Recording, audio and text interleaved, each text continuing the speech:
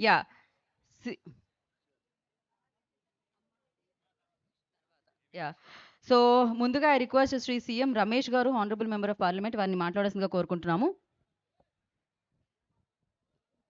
ఈరోజు అనకాపల్లి అంటే అభివృద్ధే కాదు, అభివృద్ధి చేసుకొని ఉత్సవాలు కూడా చేసుకుంటామని చెప్పేసి నిరూపించుకున్నాం.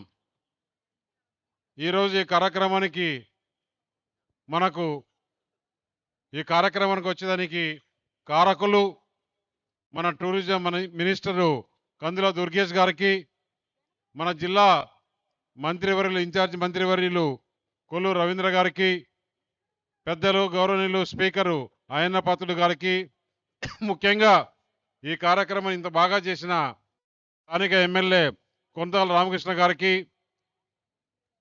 మన సుందరపు విజయ్ కుమార్ గారికి, జిల్లా అధికారులకి, కలెక్టర్ గారికి, అందరికన్నా ముఖ్యంగా ఇక్కడ ప్రత్యేకంగా మన హోమ్ మినిస్టర్ గారికి, మిగతా కూటమి నాయకులకి అందరికి కూడా పేరు పేరున ఈ అనకాపల్లి ఉత్సవం చేసిన అధికారులు అనధికారులు అందరి తరపున అందరికీ ప్రత్యేక ధన్యవాదాలు.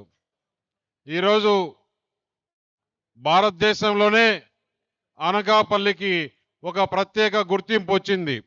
ఎందుకంటే ఈరోజు పరిశ్రమలు ముఖ్యంగా అభివృద్ధిలో భారతదేశంలో అనకాపల్లి ముందుంది.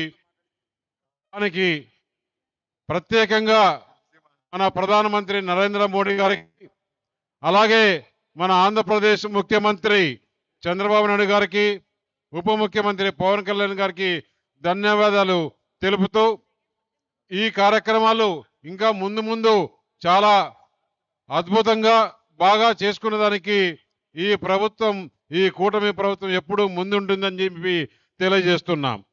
అలాగే మనం చూస్తే ఒక్కసారి ఆలోచన చేసుకోవాలి. గత ప్రభుత్వంలో జగన్మోహన్ రెడ్డి ముఖ్యమంత్రిగా ఉన్నప్పుడు ఇక్కడ ఎప్పుడైనా కానీ ఇలాంటి కార్యక్రమాలు జరిగాయా అని చెప్పేసి అడుగుతున్నా. ఈరోజు ఉత్సాహంగా, ఉల్లాసంగా, అభివృద్ధిలో ముందుండి ఇలాంటి కార్యక్రమాలు చేసుకున్న దానికి చాలా సంతోషంగా ఉందని చెప్పి తెలియజేస్తూ, ఇదే కాకుండా చాలా విషయాలు కూడా ఇంకా కూడా మన ముందు ఉన్నాయి. అవన్నీ కూడా ఈ కూటమి ప్రభుత్వం తప్పకుండా నెరవేరుస్తుందని చెప్పేసి, టూరిజం డెవలప్మెంట్లో చాలా ఉద్యోగ అవకాశాలు వచ్చేదానికి ఉంది.